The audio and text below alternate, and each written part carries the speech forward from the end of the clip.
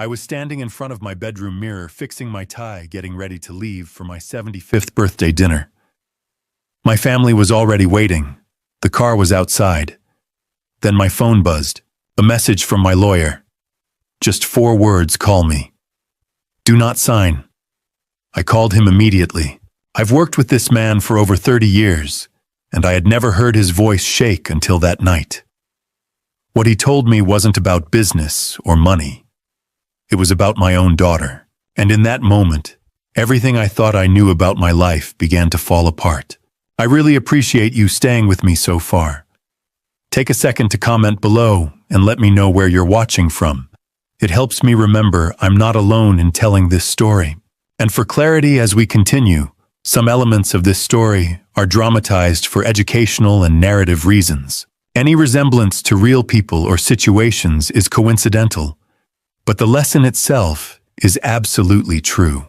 I drove my vintage Jaguar to the Hamptons, to the sprawling estate that I had put the $2 million down payment on just 3 years ago. It was supposed to be Tiffany's dream home, a place for her and her husband Brad to build a life. Now it felt like a crime scene. Before I got out of the car, I reached into my glove compartment and took out a small, high-fidelity voice recorder. I slipped it into the breast pocket of my navy blazer. If they wanted to play games with reality, I would make sure I had the master tapes. Walking into that house was like walking onto a stage where everyone knew the script except me. Tiffany greeted me with a hug that felt too tight, too performative. "Happy birthday, Daddy," she squealed, kissing my cheek. She smelled of expensive perfume and nervous sweat. Brad, my son-in-law, was right behind her, holding a tumbler of scotch. He was a man who had failed at 3 different startups and was currently drowning in debt, though he tried to hide it behind leased luxury cars and custom suits. "Here you go, Harrison," Brad said, shoving the drink into my hand. "Double malt, just how you like it. Drink up. We have a big night ahead." I took the glass but didn't drink. I noticed immediately that the pour was heavy, almost triple a normal serving. They wanted me drunk. They wanted me pliable. I walked into the living room, feigning a slight limp, playing the part they had written for me. The gaslighting started before the appetizers were even served. I placed my car keys on the marble console table in the hallway. I saw exactly where I put them. 10 minutes later, as we were moving to the dining room, Brad frowned. "Harrison, did you take a cab here?" he asked loudly, making sure the housekeeper heard. "No, I drove. My keys are on the console," I replied calmly. Brad walked over to the table and made a show of looking. "They aren't here, Harrison. Are you sure you drove? You know, last week you told me you lost your wallet when it was in your pocket. Maybe you left them in the ignition." My heart hammered against my ribs. I knew I hadn't lost them. Brad had moved them. They were trying to build a narrative of forgetfulness, creating witnesses to my decline. I took a deep breath, channeling the cold logic I used when inspecting suspension cables for stress fractures. "I must have been mistaken," I lied, forcing a confused smile.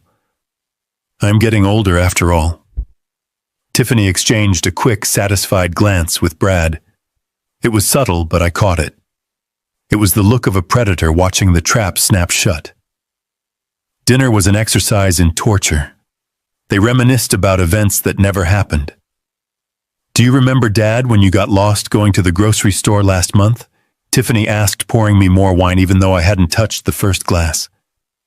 "I never got lost, Tiffany," I said, keeping my voice level. "Oh, Daddy, don't get defensive. It's okay. We just worry about you living alone in that big brownstone. It's a lot to manage for someone your age." I gripped the stem of my wine glass. They weren't just worried. They were reciting lines for a deposition. They were painting a picture of a senile old man to show a judge. I ate my steak in silence, letting them weave their web, the recorder in my pocket, capturing every condescending word, every fabricated memory. Then came the climax of the evening. We moved to the study for coffee. The room was lined with books Brad had never read. Tiffany went to the desk and pulled out a thick leather folder. "Dad, since it's your 75th, Brad and I..." Got you a little gift, she said, her voice dripping with artificial sweetness. Well, it's not really a gift. It's more of a peace of mind thing. We had our family attorney look over the family trust. We just want to make sure your tax liabilities are minimized. It's just some standard updates. She placed the document in front of me and handed me a heavy gold pen. Just sign on the tabs, Brad said, hovering over my shoulder like a vulture. We can handle the filing on Monday. You don't need to worry about the details. I put on my reading glasses. My hands were steady, but I made them tremble slightly as I reached for the paper. I didn't look at the signature line. I looked at the body of the text. I skimmed past the standard legalese on the first few pages until I reached page 14. There it was. Buried in a paragraph about asset management was a clause for an immediate durable power of attorney. It wasn't contingent on a medical diagnosis. It wasn't for tax purposes. It transferred full, unrestricted control of my $24 million estate, my real estate holdings, and my bank accounts to Tiffany Caldwell Barnes, effective immediately upon signature. It was a death warrant for my independence. Brad tapped the paper. Right there, Harrison. Just a quick signature so we can get back to the birthday cake. I looked at the date on the document. It matched the date on the court filing James had warned me about.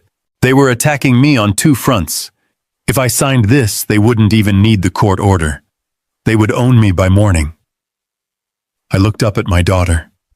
She was smiling, but her eyes were dead. There was no love there, only greed and desperation. I thought about the little girl I used to push on the swings, the teenager I taught to drive. That person was gone. In her place was a woman who would strip her father of his dignity to pay off her husband's gambling debts. I knew I couldn't simply refuse. If I refused, they might escalate. They might physically prevent me from leaving. They were desperate. I needed to destroy the weapon without revealing I knew it was a gun. I reached for my wine glass, the 1982 Bordeaux, that I had bought for a special occasion, an occasion much different than this. My hand hovered over the document. You know, I said, my voice cracking with feigned frailty. I really am feeling quite tired tonight. The keys, getting lost. Maybe you are right. Tiffany's eyes lit up. Just sign, Daddy. We will take care of everything. I leaned forward, pen in hand, and then I let my elbow spasm. It was a precise movement calculated to look like a geriatric tremor. My arm knocked the full glass of red wine directly onto the document. The dark liquid exploded across the paper, soaking page 14, bleeding into the fibers, turning the ink into an illegible purple mess. Oh, I cried out, dropping the pen. Look at what I've done. I am so clumsy. No. Brad shouted, lunging for the table, but it was too late. The document was ruined. Tiffany's face twisted into a mask of pure, unfiltered rage. You stupid old man, she hissed, forgetting her act for a split second. I stood up, grabbing a napkin and dabbing uselessly at the mess. I am so sorry. I think I need to go home. I'm not feeling well. You can't leave, Brad said, stepping between me and the door. We can print another copy. It will just take a minute. I looked at Brad. I stood up to my full height of 6'2". I dropped the act of the frail old man. I let the steel that built skyscrapers enter my spine. I said, I am going home, Brad. Move. The sudden shift in my demeanor stunned him. He stepped back instinctively. I walked past him, snatched my keys from the drawer where I had seen him hide them earlier. I had spotted the reflection in the hallway mirror and walked to the front door. Dad, wait, Tiffany called out, her voice shrill. I didn't turn back. I walked out into the cool night air, got into my car, and locked the doors. As I drove away, I looked in the rearview mirror. They were standing in the doorway, silhouetted by the light of the house my money had paid for. They looked small. They looked desperate. I drove straight to my lawyer's office. I didn't go home. I knew the war had just begun. They thought they were dealing with a helpless senior citizen. They were about to find out they were fighting a man who knew how to demolish a building without leaving a trace of dust. I was going to investigate every penny I had ever given them. I was going to find out why they were so desperate. And I was going to make sure that the only thing they inherited from me was a lesson in consequences. I did not sleep that night. Adrenaline is a powerful fuel even at 75. I sat in my study until the sun came up, organizing every financial statement I had in my possession.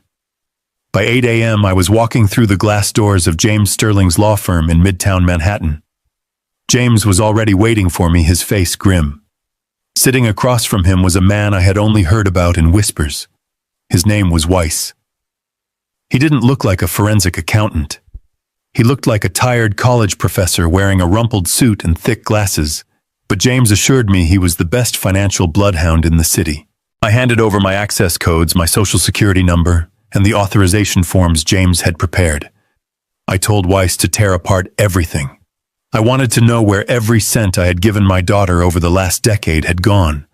I wanted to know the financial health of my son-in-law, Brad. I wanted to know why they were so desperate that they tried to seize my life in a single night. Weiss worked in silence for 3 hours. The only sound in the conference room was the clicking of his keyboard and the hum of the server. James and I drank coffee watching the man dismantle the facade of my daughter's life. When Weiss finally stopped typing, he took off his glasses and rubbed the bridge of his nose. He looked at me with an expression that wasn't pity but professional concern. He turned the monitor so I could see it. Mr. Caldwell, Weiss said, his voice dry and precise. You are not looking at a cash flow problem. You are looking at a catastrophe. On the screen was a complex web of transactions. Weiss pointed to a series of red lines. Your son-in-law Brad has not just been failing at startups. He has been gambling on unregulated cryptocurrency markets. Specifically, he leveraged everything he could access into a platform that collapsed 3 months ago. I leaned in, squinting at the numbers. The total loss was staggering. $8.5 million. It was money they didn't have. It was money they had borrowed from friends, from investors, and as I was about to find out, from dangerous sources. Weiss clicked another tab. This is where it gets worse, he said. They are insolvent. They have been living on credit cards to pay the interest on other credit cards. But the real issue is the house in the Hamptons. I felt a cold weight in my stomach. The Hamptons estate. I had paid the $2 million deposit. My name was on the deed alongside theirs. It was supposed to be a secure asset. Weiss pulled up a document from the county clerk's digital archives. It was a mortgage filing dated 6 months ago. It wasn't from a reputable bank like Chase or Wells Fargo. It was from a private equity lender called Shadow Creek Capital. These were hard money lenders, the kind that charged predatory interest rates and didn't ask too many questions as long as the collateral was good. They took out a third mortgage on the property, Weiss explained. They cashed out $4 million in equity. That is impossible, I said, my voice steady despite the shock. I am a co-owner. No bank would lend that amount of money on a jointly owned property without the signature of all owners. I never signed anything. Weiss looked at me. He didn't say a word. He just opened a PDF file and zoomed in on the signature line at the bottom of the poem. There it was. Harrison Caldwell. The signature looped and slanted exactly like mine. It was a forgery, but it was a masterclass in forgery. It was good enough to fool a loan officer who was looking the other way. I stared at the screen. My own name stolen. My credit hijacked. Weiss continued, his voice dropping an octave. Here is the kicker, Mr. Caldwell. The terms of this hard money loan are aggressive. It is a balloon payment structure. They missed the last 3 interest payments. Shadow Creek Capital issued a notice of default 5 days ago. If they do not pay the full principal plus penalties by next Friday, the lender forecloses. They lose the house. I did the math in my head. Next Friday. That was 7 days away. The pieces of the puzzle slammed together. The desperation at dinner. The emergency guardianship filing. The immediate power of attorney. They didn't just want my money for a rainy day. They needed access to my liquid assets, my retirement accounts, and my investment portfolio within the week to pay off the loan shark before they lost the house and the fraud was exposed. They were going to liquidate my life to cover their crime. I stood up. I need to see the original documents, I said.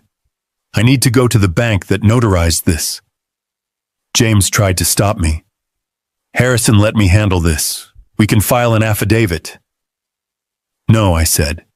I need to see the face of the person who pretended to be me. We drove to the branch of the notary service listed on the loan documents. It was a small, nondescript office in Queens, far away from my usual circles. With James flashing his credentials and threatening immediate legal action for facilitating fraud, the manager was terrified. He was sweating as he pulled up the security footage from the date of the signing. We stood in the back office watching the grainy monitor. I saw Brad walk in. He looked nervous, checking his watch. And then a moment later, I saw myself walk in. Or at least someone who was supposed to be me. The man on the screen was about my height. He wore a hat pulled low and a surgical mask, which wasn't uncommon these days, but he also wore sunglasses. He leaned heavily on a cane. He played the part of a frail, sickly old man perfectly. He sat where Brad pointed. He signed where Brad pointed. He didn't read a single page. I watched Brad pat the imposter on the back, a gesture of thanks for a job well done. It was sickening. They had hired an actor. They had staged a play to rob me of my property rights. I froze the frame on the imposter's face. I looked at Brad's smiling face next to him. This wasn't just a family dispute anymore. This wasn't a daughter asking for too much allowance. This was a felony. This was wire fraud. This was identity theft. This was a conspiracy to defraud a senior citizen. I felt something die inside me as I watched that video. The last lingering hope that this was all a misunderstanding vanished. The image of Tiffany as a little girl faded, replaced by the woman who would orchestrate this charade. She wasn't in the video, but she benefited from the crime. She knew. She had to know. I turned to the manager. I want a copy of this footage and I want a certified copy of the notary logbook. Now. We walked out of the bank and into the bright afternoon sun. The city noise seemed distant, muffled by the rage pounding in my ears. I walked to my car and gripped the steering wheel until my knuckles turned white. I looked at James. Harrison, James said softly. We have enough to file a civil suit. We have enough to stop the guardianship. I looked straight ahead, watching the traffic flow down the avenue. No, James, I said. This isn't civil anymore. He isn't just a bad son-in-law. He is a criminal. And my daughter is his accomplice. I took a deep breath, the air filling my lungs, stiffening my resolve like concrete setting in a mold. Freeze it all, I commanded. James blinked. Everything. Everything I said. Contact the banks. Contact the investment brokers. Put a lock on every joint account. Flag the Hamptons title for fraud. Cut off the credit cards. Cancel the monthly stipend. I want every single financial artery that connects me to them severed within the hour. But Harrison, James warned, if we do that, the lender will foreclose. They will lose the house. They will have nothing. I started the engine. The roar of the motor felt good. It felt like power returning to my hands. They stole my signature, James. They tried to steal my mind. They tried to erase me. Let them have nothing. Let them see what the world looks like when they have to stand on their own 2 feet without my wallet to prop them up. Do it, now. James moved with the efficiency of a surgeon. Within minutes of my command, the machinery of my wealth began to grind in reverse. I sat in his office listening to him issue orders to bank managers who knew my voice better than they knew their own children. One by one, the accounts were locked. The credit lines were suspended. The automatic transfers that had fueled my daughter's illusion of a successful life were terminated. It was a silent digital demolition, but in my mind I could hear the crashing of steel and the shattering of glass. I didn't have to wait long to see the dust settle. The first casualty was Tiffany's dignity. It happened at 2 in the afternoon. She was at the Elysium Spa on 5th Avenue, a sanctuary of marble and orchids, where she spent more money on facials than most families spent on groceries. I knew her schedule because I paid the bills. She had just finished a 3-hour treatment, a package that cost $1,200. When she handed the platinum card to the receptionist, she likely did it with that casual, dismissive wave of the wrist she had perfected over the years. I can imagine the receptionist's polite smile faltering as she swiped the card. Then swiped it again. Then the quiet, apologetic whisper. "I am sorry, Mrs. Barnes. The card has been declined. Code 05. Do not honor." Tiffany would have laughed it off at first. A mistake. A glitch in the system. She would have pulled out the backup card, the gold one linked to the joint account I used for household emergencies. Declined. Then the debit card. Declined. For the first time in her adult life, Tiffany stood at a counter with a bill she could not pay. She had to call Brad, but Brad's cards were also linked to my credit profile as authorized user extensions. They were dead plastic. She had to leave her driver's license as collateral and walk out onto the busy Manhattan street, her skin glowing from the treatment, but her face burning with a shame she had never known. At the same time, the automated banking system sent out the alerts regarding the monthly stipend. For 5 years, on the 15th of every month, $15,000 was wired directly into their operating account. It was the lifeline that paid their mortgage, their car leases, their country club dues. Today was the 15th. The transfer was scheduled for 4:00 p.m. At 4:01 p.m. they received a notification.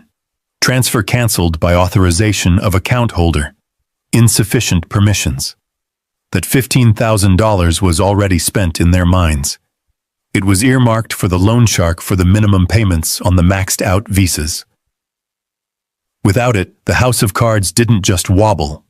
It collapsed. The final nail in the coffin was the legal notice regarding the Hamptons property. James filed a notice of pendency, effectively a red flag on the property title alleging fraud and forgery. It froze any potential sale. It alerted the lender, Shadow Creek Capital, that the collateral for their loan was contested. It meant they couldn't sell the house to pay off the debt, and they couldn't refinance. They were trapped in a burning building with the doors welded shut. My phone began to ring at 4:15 p.m. I let it go to voicemail. Then it rang again, and again. By 5:00 p.m. there were 20 missed calls and a string of text messages that devolved from confusion to panic to vitriol. I finally answered on the 21st ring. I put the phone on speaker and set it on my mahogany desk, pouring myself a glass of water as her voice filled the room. "You petty, tyrannical dictator," Tiffany screamed, her voice shredding her vocal cords. "How could you?" I was humiliated. "Do you hear me? Humiliated in front of everyone? They cut up my car, Dad. They cut it up right in front of me." I took a sip of water. "Hello, Tiffany. I trust your facial was relaxing." "You are a monster," she shrieked. "You cut us off. We have bills due tomorrow. We have the mortgage. What are we supposed to do? You are supposed to get jobs." "Tiffany," I said, my voice devoid of any warmth. "You are 42 years old. Figure it out. You can't do this. This is financial abuse. I will tell the judge. I will tell everyone. You filed a petition claiming I was incompetent," I reminded her. "If I am incompetent, then surely I shouldn't be managing your finances. I am just simplifying my estate as any prudent person would do." She screamed something incoherent, a mix of profanity and sobbing, before the line went dead. She had hung up, or perhaps she had thrown the phone against the wall. An hour later, the rage shifted from the daughter to the son-in-law. I was at my brownstone in the Upper East Side, sitting in the library by the front window. The street was quiet, lined with gas lamps and old trees. Then the roar of an engine shattered the peace. It was Brad. He was driving the Porsche 911 Turbo S that he had leased 2 years ago. I had co-signed the lease because his credit score was in the low 500s. He parked it illegally in front of a fire hydrant, mounting the curb with a careless aggression that made me wince. He stormed up the steps and began pounding on my heavy oak door. "Harrison, open this door. We need to talk. You think you can just pull the plug? You think you can starve us out?" I didn't move to open the door. I stayed by the window watching. I checked my watch. The timing should be perfect. I had called the leasing company 3 hours ago. I had informed them that as the guarantor I was revoking my security on the vehicle and that the primary driver had defaulted on the insurance payments, which was true, another bill they had skipped this month. I told them exactly where the car would be at 6:30 p.m. Brad was kicking the bottom of the door now, shouting about lawyers and rights he didn't have. He was so focused on his tantrum that he didn't hear the heavy rumble of the tow truck turning the corner. It was a large flatbed equipped for high-end recoveries. The driver didn't hesitate. He backed up to the Porsche with practiced speed. Brad heard the hydraulics hiss. He spun around, his face going pale. Hey, what are you doing? That's my car." He ran down the steps, waving his arms. "Get away from it." The driver, a burly man who had likely seen 1,000 Brads in his career, didn't even look up as he hooked the chains onto the axle. "Repossession order, buddy. Step back or I call the cops." "No, you can't. My father-in-law pays for it." "It's a mistake," Brad yelled, grabbing the door handle of the car as if he could physically hold it back. The driver engaged the winch. The Porsche groaned as it was dragged backward onto the tilted bed. Brad watched helpless as his symbol of status, his shield against reality, was hoisted into the air. I watched Brad standing on the sidewalk, defeated. He looked up at my window. He couldn't see me through the sheer curtains, but he knew I was there.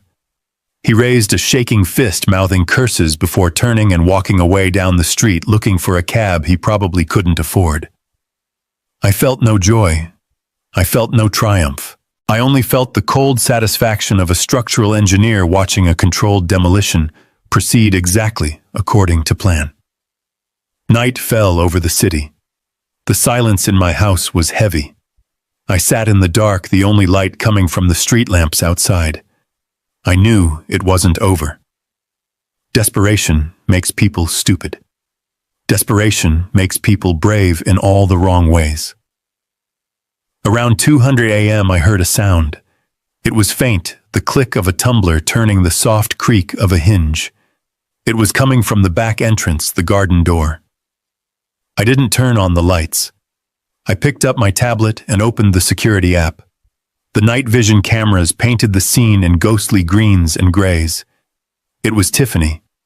She was wearing a hoodie pulled up over her head and dark gloves. She had used the emergency spare key that Catherine, my late wife, had given her 10 years ago for watering the plants when we traveled. She moved through the kitchen, avoiding the floorboards that creaked. She knew this house. She had grown up here. She wasn't heading for the silverware or the art. She moved straight to the master bedroom, to the walk-in closet, where Catherine had kept her personal safe. I watched on the screen as she knelt before the wall safe hidden behind a row of winter coats. Her movements were frantic. She punched in a code. 0915, her birthday.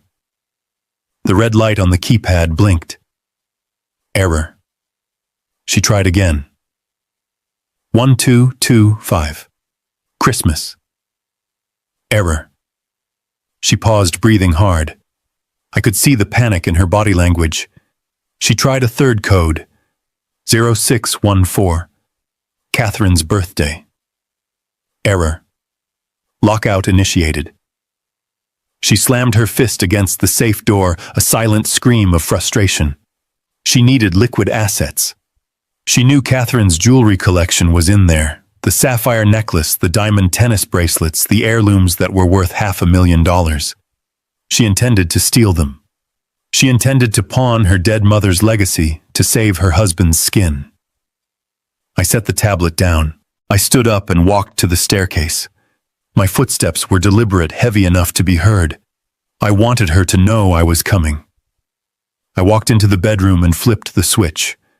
The chandelier flooded the room with unforgiving light. Tiffany spun around. She was holding a small velvet box she had found on the dresser, thinking it might contain something of value. It was empty. She looked like a trapped animal, her eyes wide, her face pale, the hood sliding back to reveal matted hair. She didn't try to run. There was nowhere to go. She just stood there, clutching the empty box, caught in the act of robbing her own father. "You changed the code," she whispered, her voice trembling with accusation rather than guilt. "You knew I would come. You changed it to lock me out." I looked at her, and for a moment I saw the toddler who used to sneak cookies before dinner. But that ghost vanished, replaced by the thief standing before me. "I didn't change it, Tiffany," I said, my voice cold as the grave. She frowned, confused. "What?" "Your mother changed it," I said. Tiffany shook her head. "That's impossible. She died 3 years ago." I walked closer to her, stopping just out of reach. "3 days before she died, your mother asked me to help her reset the combination. She was weak, but her mind was clear. She told me she had a bad feeling. She told me that she loved you, but she didn't trust Brad, and she didn't trust who you were becoming when you were with him." Tiffany flinched, as if I had slapped her. "Mom wouldn't do that. She loved me." "She did love you," I agreed. "That is why she protected her legacy from you. She knew this day would come. She knew that sooner or later you would come for the things she loved to pay for the mistakes you made." I pointed to the door. "Get out." "Dad, please," she sobbed, dropping the empty velvet box on the floor. "They are going to kill him. If we don't pay Shadow Creek, they are going to hurt Brad. We need the money. Just let me have the necklace. Just the sapphire one." I looked at the empty box on the floor. It was a perfect metaphor for our relationship. "The sapphire necklace isn't for you," I said. "It never was. Now get out of my house before I call the police and add burglary to the list of crimes we will be discussing in court." She looked at me one last time, realizing that the well had truly run dry. She ran past me down the stairs and out into the night, leaving the back door wide open to the cold wind. I walked over and closed it, locking the deadbolt. I was alone in the house, but for the first time in a long time I felt safe. The enemy was no longer inside the gates. I walked past my daughter, who was still trembling by the bedroom door, and went to the antique vanity that had belonged to her mother. I didn't look at Tiffany. I looked at the mirror, pushing aside a silver hairbrush to reveal a small, almost invisible seam in the wood. It was a false bottom, a trick of carpentry I had installed for Catherine 40 years ago when we bought our first valuables. I pressed the hidden latch, and the wood clicked open. From the dark recess, I pulled out a long navy blue leather case. I turned around and placed it on the bed. With a flick of my thumb, I opened the lid. The room seemed to grow brighter. The sapphire and diamond set a necklace and matching earrings worth $400,000 glittered under the chandelier light. They were deep blue, like the ocean at midnight, stones that Catherine had worn only on our anniversaries. Tiffany gasped, her eyes locking onto the jewels with a hunger that turned my stomach. She took a step forward, her hand reaching out instinctively. "Don't I?" said, my voice sharp enough to cut glass. She froze. "Why did you hide them? Why did Mom change the code?" I picked up the necklace, letting the heavy stones run through my fingers like water. "Because we knew you, Tiffany. We knew you better than you know yourself. Do you remember when you were 12, you stole your teacher's wallet? You said you found it, but we found the cash in your pillowcase. We paid the teacher back and hushed it up. When you were 16, you shoplifted a designer scarf from Saks. I went down to the precinct and used my connections to wipe the record. We thought we were protecting you. We thought we were loving you." I dropped the necklace back into the box with a heavy thud. "But we were wrong. We were just teaching you that there are no consequences. We were teaching you that if you want something, you just take it, and Daddy will write a check to make the problem go away." Catherine realized it before I did. She told me that if she died first, you would come for these. She said you wouldn't see them as memories. You would only see them as liquid assets to fuel your lifestyle. Tiffany's face hardened, the mask of the victim falling away to reveal the entitlement underneath. She stopped crying. She straightened her spine and looked at me with pure venom. "So what?" she screamed, her voice echoing in the large room. "She is dead, Dad. She doesn't need them anymore. I am alive. I have bills. I have a life that is falling apart. The money should be mine. It is my inheritance. Why are you hoarding it like a dragon while your own daughter drowns? It is not your inheritance," I replied calmly. "It is my property.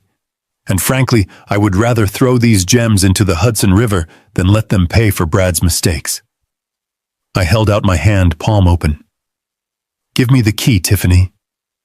She clutched the spare key in her fist, her knuckles white. "No." I didn't raise my voice. I didn't move toward her. I simply stated a fact. "If you walk out of here with that key, I will call the police immediately. I will report an intruder. I will show them the security footage of you cracking the safe. You are already facing a foreclosure and a mountain of debt. Do you want a felony burglary charge on top of that? Give me the key." She stared at me, a war raging behind her eyes. She calculated the odds and realized she had no leverage left. With a scream of frustration, she threw the key at me. It hit my chest and clattered to the floor. I didn't flinch. I stooped down and picked it up, slipping it into my pocket. "You are no longer welcome in this house," I said. "I am revoking your access. I am revoking your status as my daughter. You are a stranger to me now. A stranger who tried to rob an old man in the middle of the night." She backed out into the hallway, but before she turned to run, she stopped. A cruel, twisted smile appeared on her face. "You think you have won," she hissed. "You think this is over. The hearing is in 3 days, old man. You can change the locks and hide the diamonds, but you can't hide from the court." "I will tell the judge everything," she continued, her voice dropping to a menacing whisper. "I will tell them about your paranoia. I will tell them how you hoard things. I will tell them you are a danger to yourself.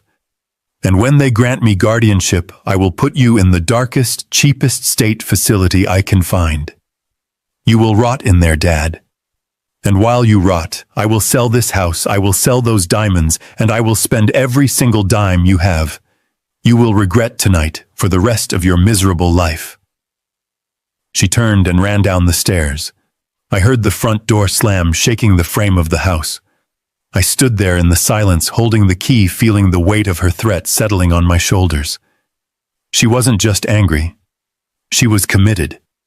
She was going to try to declare me insane to get what she wanted.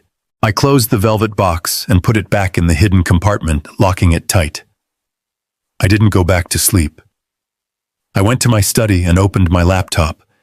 If they wanted to question my mind, I would give them an answer they couldn't ignore.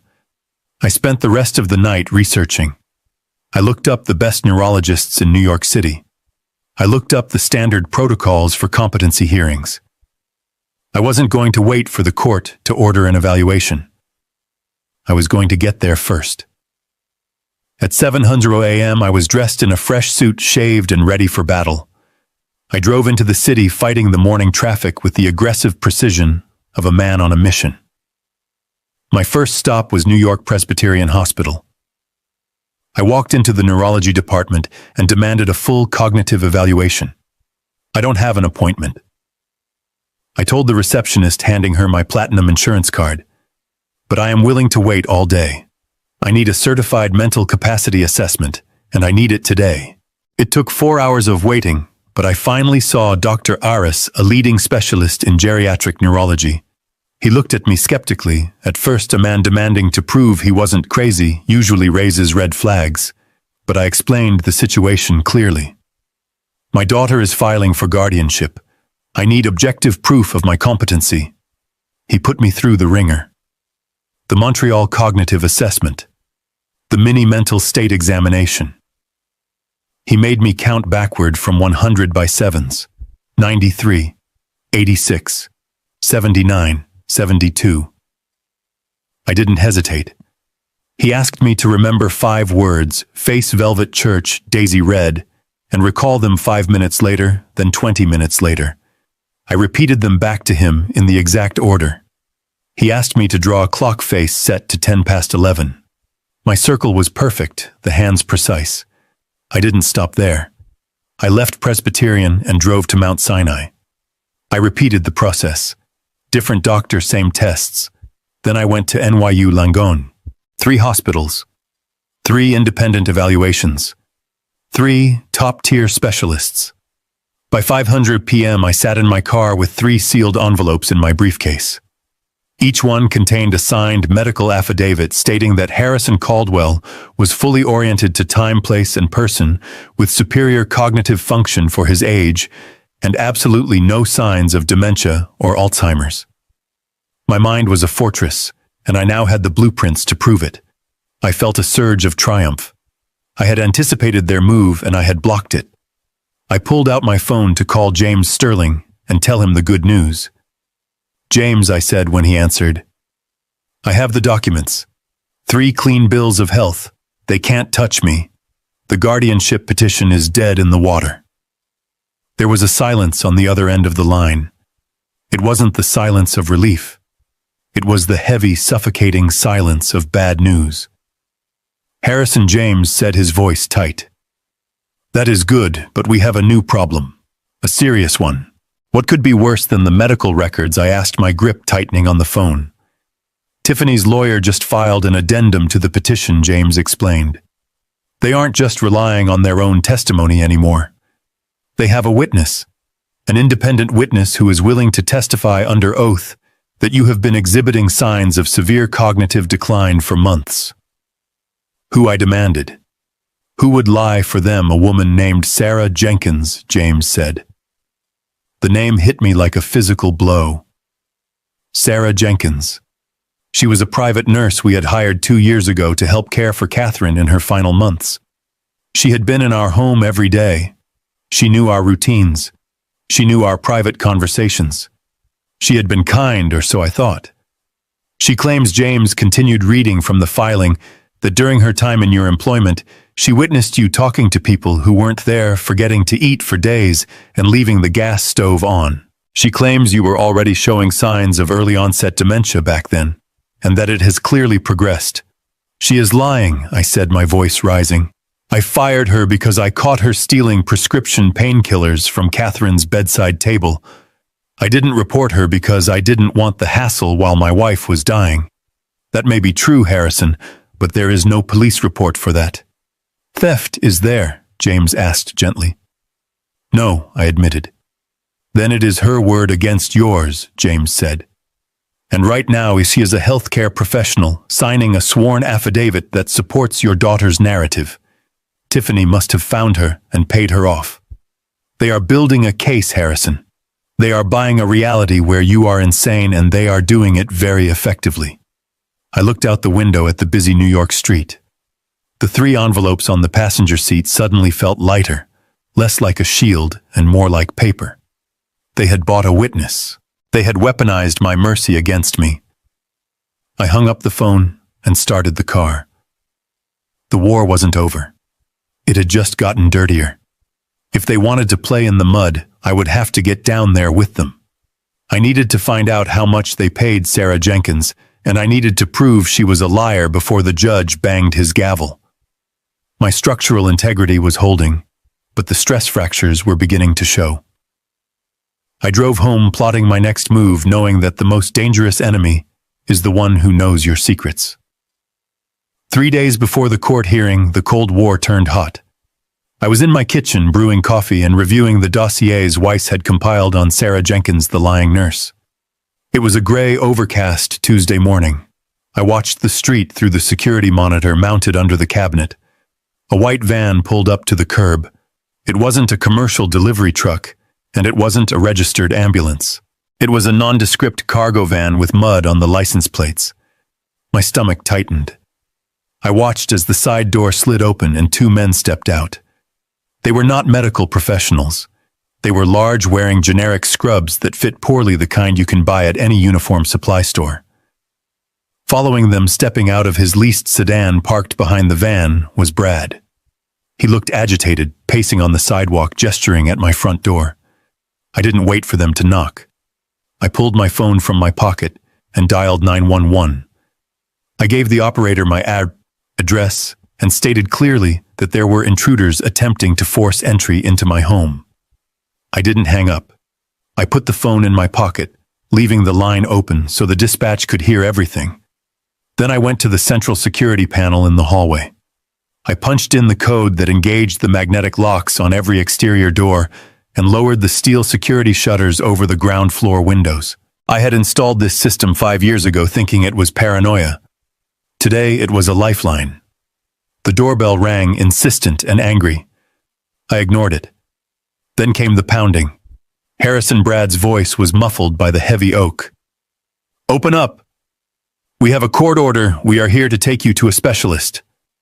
I checked the monitor again.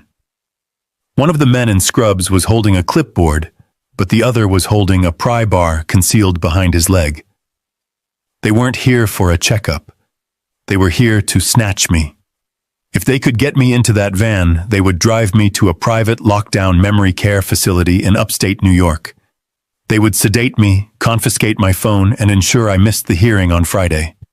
If I didn't show up to court, the judge would assume I was incapacitated or missing, and Tiffany would be granted temporary guardianship by default. It was a brute force checkmate. I walked to the intercom system and pressed the button that broadcast my voice to the front porch speakers. "Go away, Brad," I said. My voice amplified and booming across the quiet street. "I know what you're doing. Open the door." "Harrison," Brad screamed, kicking the wood. "You are sick. You're trying to help you." I saw the man with the pry bar look at Brad, waiting for a signal. Brad nodded. The man jammed the steel bar into the door frame and leaned his weight into it. The wood groaned, but the deadbolts held. I didn't panic. I felt a cold, tactical calm wash over me. I pressed the talk button again. "Listen to me closely, Brad," I said. "You are currently trespassing. You are attempting to break and enter an occupied dwelling. In this state, we operate under the castle doctrine. That means I have no duty to retreat. That means I am authorized to use lethal force to protect myself inside my own home." The man with the pry bar froze. He looked at the camera, realizing for the first time that this wasn't a confused geriatric he was dealing with.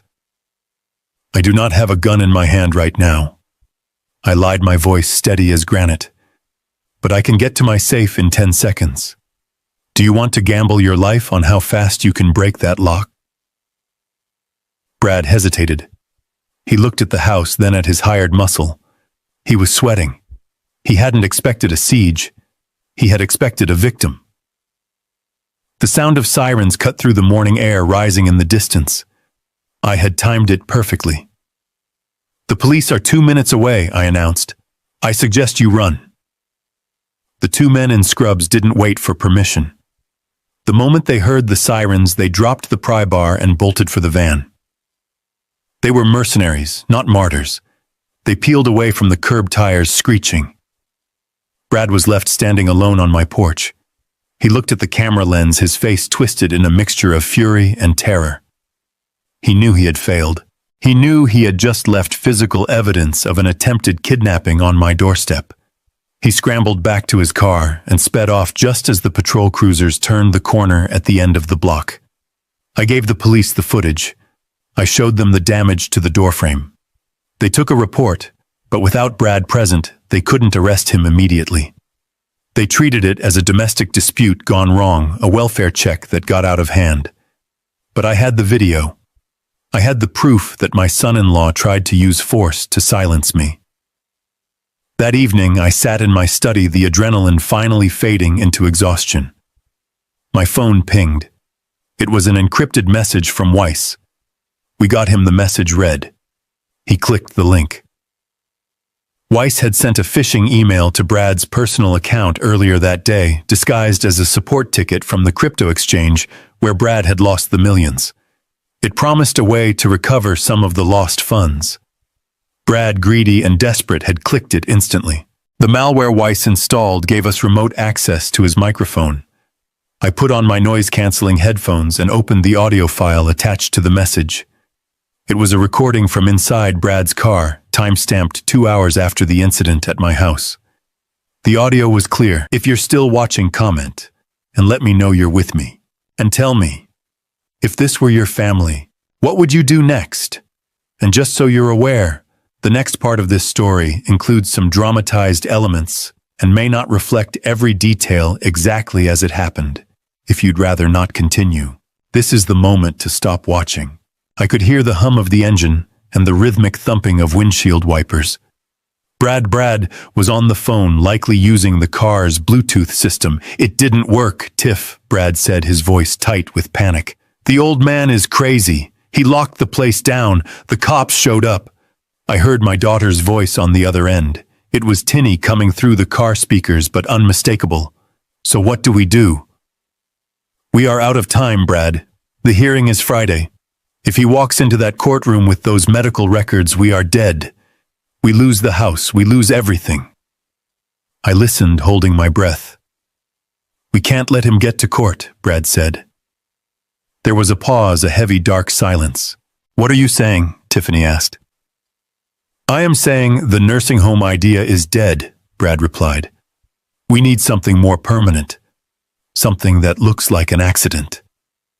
My blood ran cold. Brad continued. He drives that old Jaguar everywhere. It doesn't have modern safety features. If he were to run off the road, or if his brakes failed, Tiffany said, her voice wavering. It solves everything, Brad shouted, slamming his hand on the steering wheel. The thump echoed in my headphones. Think about it. The guardianship petition becomes moot. The estate goes into probate. You are the sole heir. We get the 24 million. We pay off Shadow Creek. We pay off the crypto debt. And what? And the life insurance, Brad said, his voice dropping to a conspiratorial whisper. The policy pays double indemnity for accidental death. That is another 5 million tax-free. We need that money, Tiffany. We need it to survive. I waited. I waited for my daughter to scream. I waited for her to tell him he was insane. I waited for her to threaten to call the police on her own husband. I waited for the little girl I raised to show up and defend her father's life. Instead, there was a long sigh on the recording. Just don't tell me the details, Tiffany said softly. Just make sure it doesn't look like us. And make sure it happens before Friday morning. The recording ended. I sat there in the silence of my study, the headphones still over my ears. My hands were shaking, not with the tremors of age, but with the violent vibrations of a heart breaking into pieces. I had prepared myself for theft. I had prepared myself for fraud. I had prepared myself for the loss of my money and my house. But I hadn't prepared myself for this. My daughter had just sanctioned my murder. She hadn't pulled the trigger, but she had looked the other way while her husband loaded the gun. She had weighed my life against her lifestyle, and she had chosen the money. I took the headphones off and laid them on the desk. I looked at the framed photograph of Catherine and me holding Tiffany when she was a baby. I picked up the frame and walked over to the trash can. I didn't throw it with anger. I dropped it gently. It landed face down.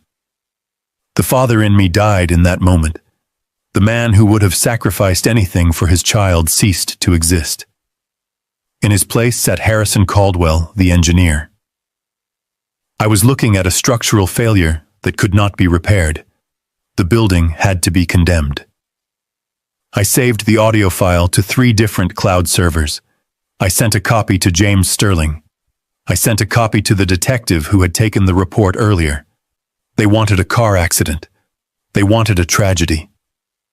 I would give them a tragedy, but it wouldn't be on the highway. It would be in the courtroom. I wasn't going to hide anymore. I wasn't going to wait for them to cut my brake lines. I was going to take the offensive. I was going to destroy them, with the one thing they feared more than anything else, the absolute, undeniable truth. The next morning, I walked into James Sterling's office not as a victim, but as an architect ready to redesign the landscape of my legacy. The audio recording of my daughter sanctioning my murder was safely stored on 3 encrypted servers, but I was not going to use it yet. That was for the criminal investigation. Today was about the money. It was about cutting the fuel line to their engine of destruction. I sat across from James and told him to initiate the nuclear option. We were going to rewrite the entire estate plan. James looked at me over his glasses, his pen hovering over the legal pad. Are you sure, Harrison? Once we execute this, there is no going back. This is a total disinheritance. I am sure, I said. Draft a new, revocable living trust. Move the $24 million in liquid assets, the investment portfolio, and the title to the brownstone into it immediately. And I want a specific provision added to the will, a no contest clause, an in terrorem clause. James nodded, understanding the severity.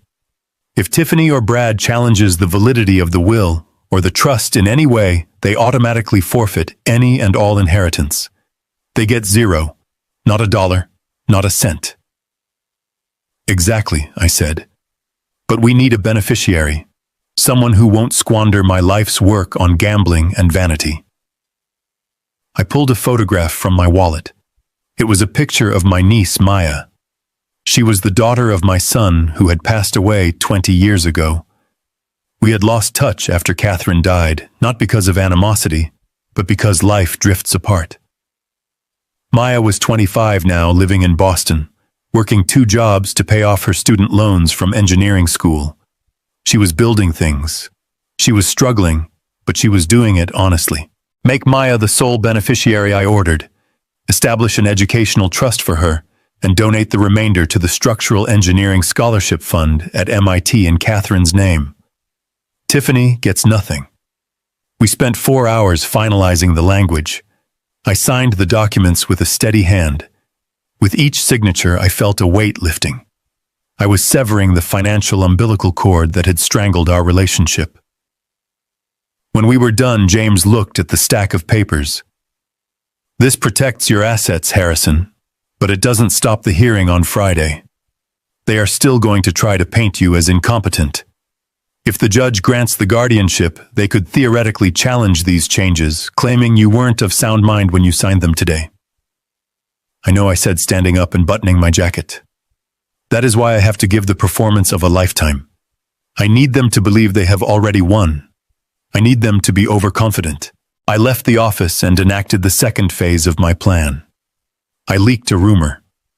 I called a family friend who I knew was a gossip, a woman who played bridge with Tiffany's mother-in-law. I told her in a trembling voice that I was terrified of the court hearing, that I was confused, and that I just wanted to make peace with my daughter before the judge took everything away. The bait was taken within the hour. Tiffany texted me. Meet me at the Starbucks on 3rd Avenue. We can talk. I arrived early. I chose a table in the corner, but one that was clearly visible to the security cameras I had noted upon entering. I sat down and hunched my shoulders. I took off my expensive watch and put it in my pocket. I ruffled my hair slightly to look disheveled. When Tiffany walked in, she looked like a shark smelling blood in the water. She was wearing sunglasses and carrying a large designer tote bag. She didn't hug me. She sat down opposite me and placed her phone on the table face down. I knew immediately it was recording. She wanted a confession. She wanted audio of her father sounding senile to play for the judge. I decided to give her exactly what she wanted, but with a twist. I am so glad you came, Tiffany, I said, my voice wavering. I don't know what is happening to me. The days seem so long. I get confused about the dates. Tiffany leaned in, a cruel smile playing on her lips. It is okay, Dad. That is why we are doing this. We just want to help you. You know you can't manage your money anymore. You forgot to pay our bills, remember? I looked down at my hands, wringing them together. I just want it to stop, Tiff. The noise, the pressure. Maybe you are right. Maybe I should just sign the papers. I am so tired of fighting. She reached out and patted my hand. Her touch was cold. You don't have to fight, Daddy. Just tell the judge on Friday that you agree to the guardianship. Tell him you know you need help. If you do that, we won't put you in the state facility. We will find a nice place for you, a private room. She was bargaining with my freedom. She was recording me agreeing to my own imprisonment. I looked up at her, my eyes wide with feigned fear. You promise. You promise you won't let them take me away. I promise, she lied. Just let us handle everything. The house, the money. It is too much stress for you. Brad and I will take the burden off your shoulders. I let out a shuddering sigh. Okay. Okay, Tiffany. I trust you. You are my daughter. You wouldn't hurt me. I saw the triumph in her eyes. She thought she had the smoking gun. She thought she had a recording of me admitting defeat, admitting confusion. She didn't realize that under the laws of our state, entrapment and coercion, recorded without consent, could backfire spectacularly if context was provided. And I was providing the context of a terrified old man being manipulated. She left 10 minutes later, walking with a bounce in her step. She was so sure of her victory that she probably wouldn't even bother prepping her lawyer. She thought I was broken. She didn't know she had just had coffee with a man who had already transferred $24 million out of her reach. That night, the house was quiet. I didn't turn on the television. I poured myself a single glass of 18-year-old single malt scotch and sat in the leather armchair in the library. The house felt big. It felt empty. For decades, this silence had been filled with the sounds of a family. Tiffany practicing piano, Catherine laughing on the phone, the dog barking at the mailman. Now it was just me and the ghosts of the past. I looked at the portrait of Catherine above the fireplace. It was painted 20 years ago when her hair was still dark and her eyes were bright. I raised my glass to her. I am sorry, Catherine, I whispered to the empty room. I tried. God knows I tried to keep her safe, but I failed. I raised a monster, and tomorrow I have to do the most cruel thing a father can ever do. I have to destroy her to save myself. I drank the scotch. It burned, going down a welcome fire in the cold numbness of my chest. I wasn't doing this for revenge anymore. I was doing it for dignity. I was doing it so that the name Caldwell would mean something other than victim. My phone buzzed on the side table. It was a secure text message from James Sterling. I picked it up and read the screen. The message was short, but it hit with the force of a demolition charge. James wrote, "Everything is locked and loaded. The forensic team verified the audio. But Harrison, we have a new development. We monitored Brad's offshore activity.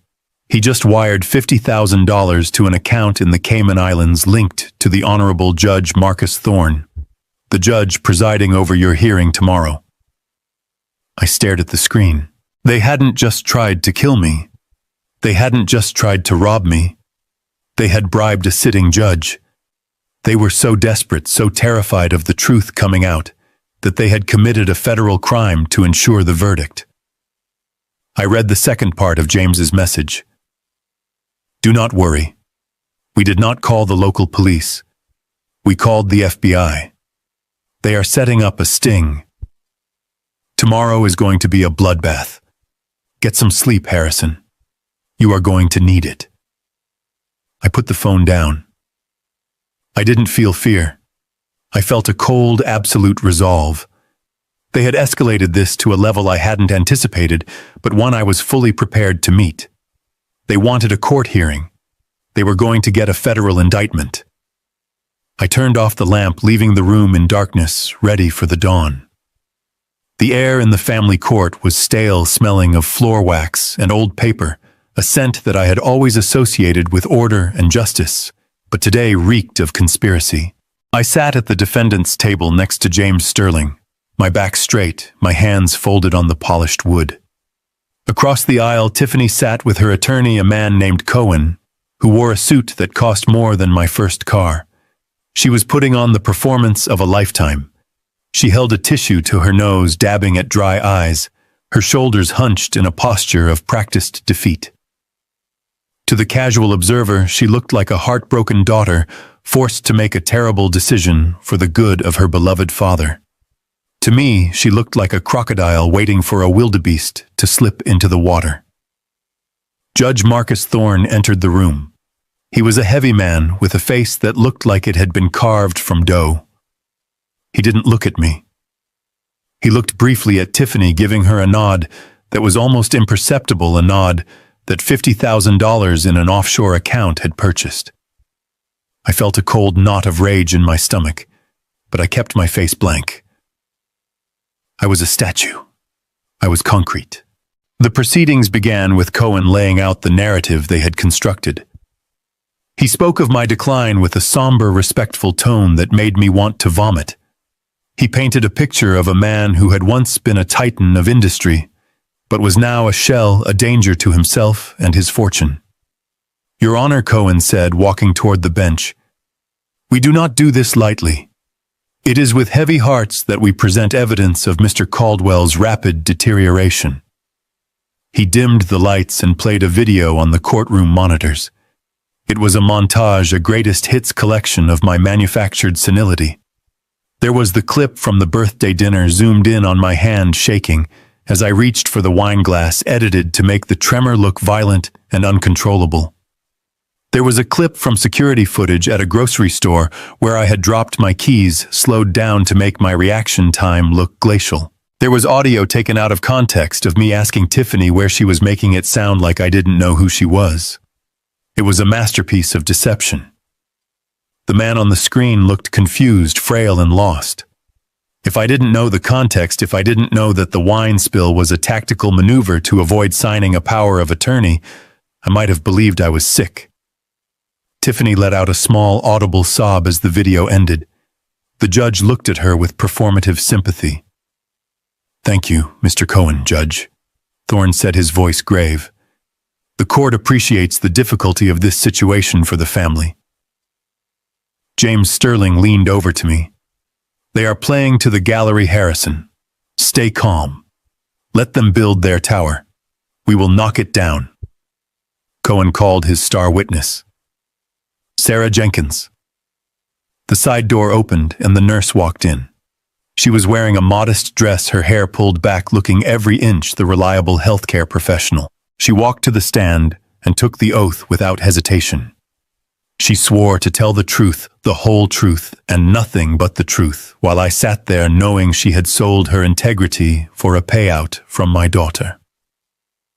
Ms. Jenkins, Cohen asked, can you describe your time in the Caldwell household? Sarah looked at the jury box, avoiding my gaze entirely. I was hired to care for the late Mrs. Caldwell, she said, her voice soft and steady. But over time I began to act as a caregiver for Mr. Caldwell as well. And what did you observe? He was confused, she lied. He would have conversations with people who weren't in the room. He would call me Catherine. He would leave the gas stove on and walk away. I had to follow him around to make sure he didn't burn the house down. I gripped the edge of the table. The gas stove. That was a lie fabricated from whole cloth. I had been the one to catch her leaving the stove on when she was high on stolen pills. Did he ever become aggressive? Cohen asked. Sarah nodded, squeezing out a tear. Yes. When I tried to correct him or help him, he would get angry. He would shout. I was afraid for my safety, and I was afraid for him. That is why I had to leave. I couldn't watch him deteriorate like that. Judge Thorne shook his head sadly, making a note on his pad. Mr. Sterling. You may cross-examine, he said, his tone suggesting that it was a formality, that his mind was already made up. James stood up, buttoning his jacket. But before he could speak, I put a hand on his arm. "No," I whispered. "I want to do it." James looked at me. This was a risk. Usually lawyers handled the heavy lifting, but James knew the plan. He knew that to prove I wasn't incompetent, I had to be the one to dismantle the lie. He nodded and sat back down. "Your Honor," James said, "Mr. Caldwell would like to address the court and the witness directly." Judge Thorne frowned. "Mr. Sterling is that wise given your client's condition." I stood up. My movement was fluid, powerful. I didn't use the table for support. I walked to the center of the room and stood before the bench. I looked Judge Thorne in the eye, letting him see the clarity, the sharpness that had terrified junior engineers for 40 years. My condition. "Your Honor is excellent," I said, my voice projecting to the back of the room without a microphone. "And I believe I am more than capable of speaking for myself." The judge hesitated. He looked at Tiffany, who looked suddenly nervous. He couldn't deny me the right to speak without looking biased. "Proceed, Mr. Caldwell," he said curtly, "but keep it brief." I turned to the gallery. I didn't look at Sarah Jenkins yet. I looked at the room. "I am 75 years old," I began. "I built the Verrazzano Narrows extension. I calculated the load-bearing capacity of the suspension cables to withstand a Category 4 hurricane. The tensile strength of the steel used was 150,000 pounds per square inch. The project came in $3 million under budget and 2 months ahead of schedule." I paused, letting the numbers hang in the air. "Tiffany was born on September 15th, 1982 at 3:42 a.m. It was a Tuesday. It was raining. My bank balance as of 8:00 a.m. this morning was exactly $24,512,342.16. I verified it before I came here." I turned to Sarah Jenkins. She was shifting in her seat, her eyes darting around the room. "I do not forget dates, Ms. Jenkins. I do not forget numbers. And I certainly do not forget people. You testified that you left my employment because you were afraid for your safety," I said, taking a step toward the witness stand. "Yes," she stammered. "That is correct." I reached into my inner jacket pocket. James handed me a manila folder. I opened it slowly. "That is interesting," I said. "Because according to this termination report, dated October 14th, 2 years ago, you were fired for cause." "Objection," Cohen shouted, standing up. "Overruled," I said, cutting off the judge before he could speak. "I am introducing evidence, Your Honor. This is a disciplinary record from the State Nursing Board." I walked up to Sarah and placed the document on the railing in front of her. "Do you recognize this, Ms. Jenkins?" I asked. She looked down. Her face went pale. "It is a report filed by the agency that sent you to us." I continued, my voice relentless. "It details an incident where 3 bottles of OxyContin prescribed to my dying wife went missing. It details how I found them in your purse. It details how you begged me not to call the police because you would lose your license." I leaned in close. "I showed you mercy that day, Sarah. I fired you, but I didn't press charges because my wife was in pain and I didn't want the police in her deathbed room. And this is how you repay that mercy, by sitting here and lying about the man who saved your career." The courtroom erupted. Whispers turned into gasps. Tiffany looked like she had been slapped. Judge Thorne banged his gavel, but the sound was weak, drowned out by the sudden shift in the room's atmosphere.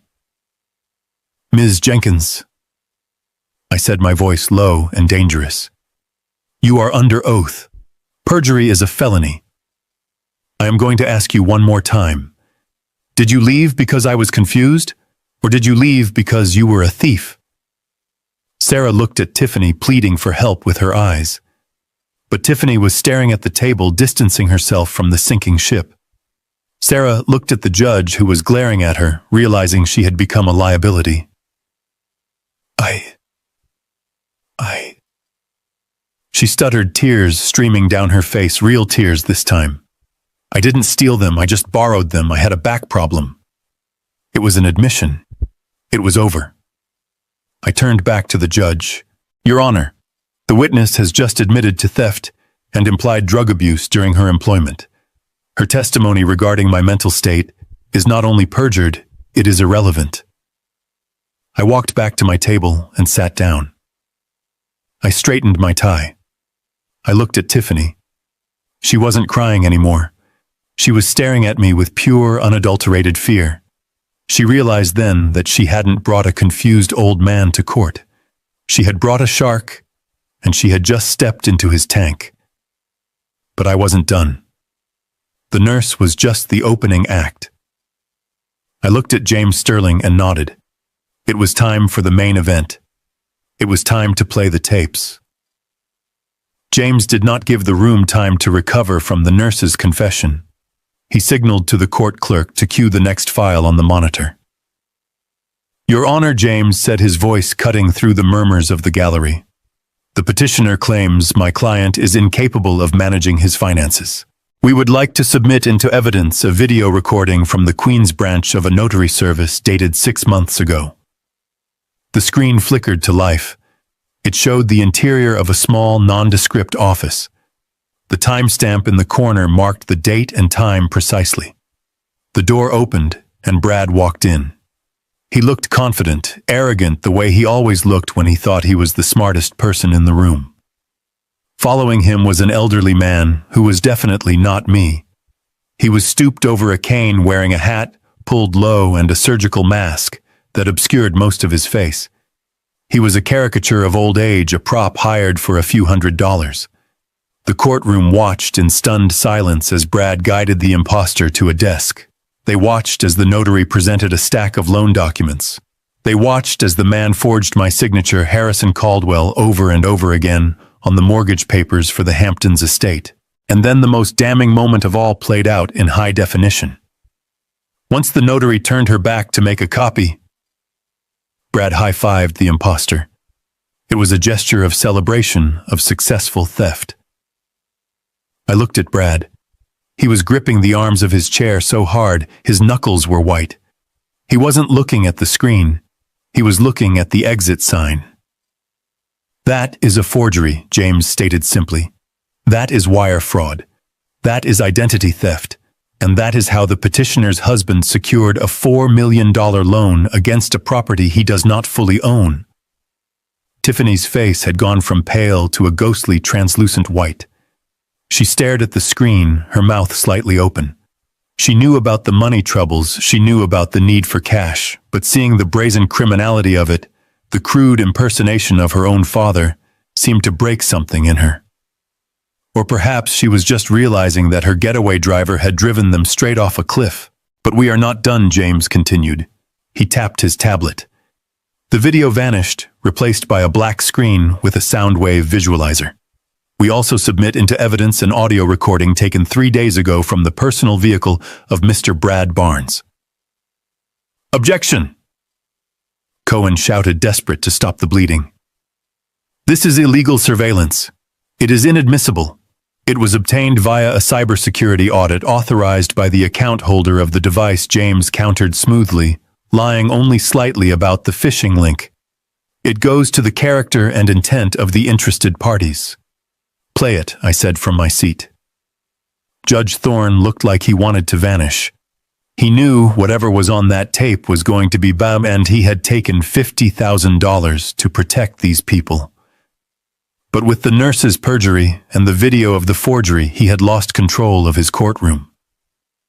Overruled, the judge mumbled, wiping sweat from his forehead. The audio began. The hum of the engine filled the silent courtroom. Then Brad's voice, clear and panicked. The nursing home idea is dead. We need something more permanent. Something that looks like an accident. A gasp went through the gallery. The court reporter stopped typing for a split second, her eyes widening. I watched the jury box, though there was no jury, only the spectators. They were horrified. If he were to run off the road, or if his brakes failed. Brad stood up abruptly, his chair clattering backward. "Turn it off," he screamed. "That's out of context. That's fake." The recording continued relentless. "It solves everything, Tiff. The estate goes into probate. You are the sole heir, and the life insurance. Double indemnity." Then came my daughter's voice. The voice that had once asked me to check under her bed for monsters. "Just don't tell me the details. Just make sure it happens before Friday." The silence that followed the end of the recording was heavy, suffocating. It was the silence of a tomb. Brad looked around wildly. He saw the bailiffs moving toward him. He saw the doors. He made a move, a sudden lunge toward the aisle, thinking perhaps he could sprint to freedom. "Sit down," the bailiff barked, stepping into his path with his hand on his taser. Brad froze. He looked at Tiffany, but she was staring at the table, shaking her head, distancing herself from him physically and spiritually. Judge Thorne slammed his gavel, trying to regain some semblance of authority. This is highly irregular. I will need to review the admissibility of this evidence in chambers before I can make a ruling." He was trying to buy time. He was trying to find a way to dismiss the case without exposing himself. If he could throw out the recording, maybe he could salvage the guardianship, or at least let them walk away. "I object to this evidence," the judge stammered. "It is clearly prejudicial and—" The double doors at the back of the courtroom burst open. The sound was like a gunshot. 3 men and a woman in dark windbreakers walked in. They moved with a purpose that terrified everyone in the room. On the back of their jackets, in bold yellow letters, were the letters FBI. Leading them was a special agent I had met briefly the night before. He didn't look at me. He walked straight down the center aisle, past the rows of stunned spectators, past Tiffany, past James. "Judge Thorne," the agent said, his voice booming. "I am Special Agent Miller. This court is now a crime scene." Thorne turned a shade of gray I didn't know existed. Agent Miller turned to the defense table. "Brad Barnes, you are under arrest for federal wire fraud, bank fraud, and conspiracy to commit murder across state lines." Brad didn't fight. He collapsed. His legs simply gave out, and he slumped into his chair, weeping. The agents hauled him up, pulling his arms behind his back and snapping the handcuffs on. The metallic click echoed in the room. Tiffany stood up, trembling. "I didn't do anything. It was him, he did it all. I just listened." Agent Miller looked at her coldly. "You are being detained as a material witness and a co-conspirator. You will come with us." Then the agent turned to the bench. "And Your Honor, we have a warrant for your financial records regarding an offshore transfer of $50,000 received yesterday morning. We suggest you step down from the bench immediately." Judge Thorne looked at the agents, then at the gallery, then at me. He saw his career, his reputation, and his freedom incinerating in real time. He made a split-second decision to save whatever scraps he could. I see," Thorne stammered. "In light of these developments, and the overwhelming evidence presented by the defense, the petition for emergency guardianship is denied with prejudice. Mr. Caldwell is clearly competent. Case dismissed." He banged the gavel one last time, a hollow sound that signaled the end of his career. The agents were dragging Brad toward the door. Tiffany was being escorted out, not in cuffs yet, but clearly in custody. "Wait," I said. My voice stopped the procession. The agents paused. Tiffany looked back at me, her eyes filled with tears and a desperate, pathetic hope. She thought I was going to save her. She thought Daddy was going to write a check to the FBI. I stood up and picked up the leather folder James had prepared. "I have one thing to add to the record," I said, addressing the court reporter and the room at large. "Since my competency has been established and the petition dismissed, I am executing a new will and testament effective immediately." I pulled the document out and held it up. This document contains a no-contest clause, also known as an interim clause. It states that because Tiffany Caldwell Barnes has attacked my estate and attempted to have me declared incompetent without cause, She is immediately and irrevocably disinherited. Tiffany let out a sound that was half scream, half sob. She receives nothing. I continued, my voice unwavering. Not the house, not the trust, not a single dollar of my $24 million estate. Everything has been transferred to a trust for the benefit of my niece, Maya Caldwell, and various charitable organizations. Tiffany broke free from the agent's light grip and ran toward the railing. She didn't look sad. She looked rabid. "You can't do that," she screamed, her face twisted and ugly. "That is my money. I am your daughter. You owe me. That is my money." I looked at her, Hilly. Looked at her for the last time. I saw the greed that had consumed her. I saw the stranger she had become. I walked up to the railing until I was face to face with her. "It was never your money, Tiffany," I said, my voice low and cold as ice. "It was my money. I earned it. I built it. And you just lost the privilege of ever touching a cent of it." The agents grabbed her arms and pulled her back. She was screaming as they dragged her out of the courtroom, screaming about what she was owed, screaming about fairness. Brad was weeping silently as he was led out behind her. I stood alone in the center of the room. James Sterling put a hand on my shoulder. "It is done, Harrison," he said softly. "It is over." I looked at the empty door where my family had just been taken away. I felt a profound exhaustion settle into my bones, but beneath it there was a clean, solid foundation. The rot was gone. The structure would hold. I turned to James. "Let's go get a drink," I said. "I believe I have a bridge to inspect." The sound of Brad's handcuffs ratcheting tight was the only thing audible over his pathetic sobbing. As the federal agents hoisted him to his feet, the man who had strutted through my home like he owned it, who had driven my cars and drunk my scotch, completely disintegrated. He didn't look at me. He looked at his wife. He looked at Tiffany with a mixture of terror and sudden vicious hatred. "It wasn't my idea," he screamed, his voice cracking as he struggled against the agent's grip. "She made me do it. She told me to fix the money problem. She told me you were too old to notice." Tiffany froze, her eyes widening as her husband threw her to the wolves to save his own skin.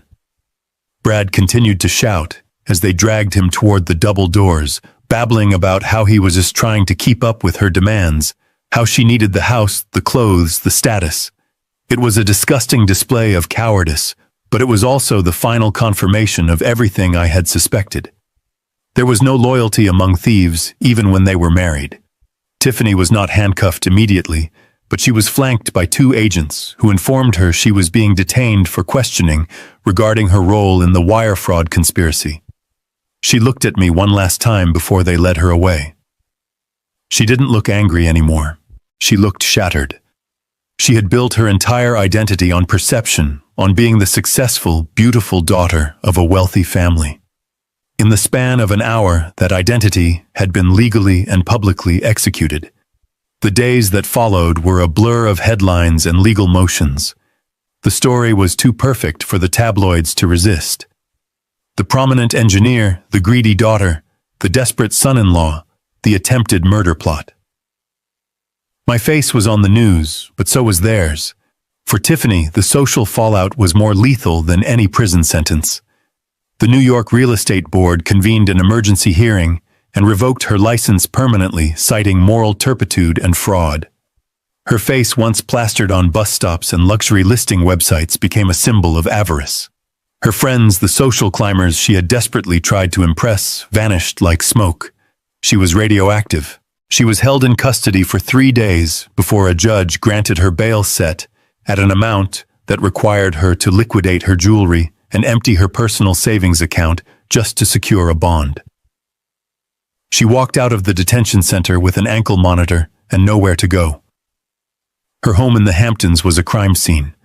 Her apartment in the city was being seized by creditors. She was homeless, jobless, and famous in the worst possible way. 1 month later, I received a message through her public defender. She wanted to see me. She was staying in a cheap extended stay motel in Queens, the only place that would take her with her credit rating destroyed and her face on the news. I debated not going. Part of me wanted to let her sit in the mess she had created. But there was a final piece of business to attend to, a final lesson that had to be delivered in person. I drove to the motel on a rainy Tuesday. The place smelled of stale cigarette smoke and industrial cleaner. I found room 104 and knocked. When Tiffany opened the door, I barely recognized her. The blonde highlights had grown out, revealing dark roots. Her skin was pale and blotchy. She was wearing sweatpants and a stained t-shirt. The arrogant woman who had tried to rob my safe was gone, replaced by a ghost. She stepped back to let me in. The room was small, cluttered with legal paperwork and fast food wrappers. She sat on the edge of the sagging bed, wringing her hands. "Dad," she said, her voice raspy. "Thank you for coming." I didn't sit. I stood by the door, keeping my distance. "What do you want, Tiffany?" "I need help," she whispered. "The lawyer.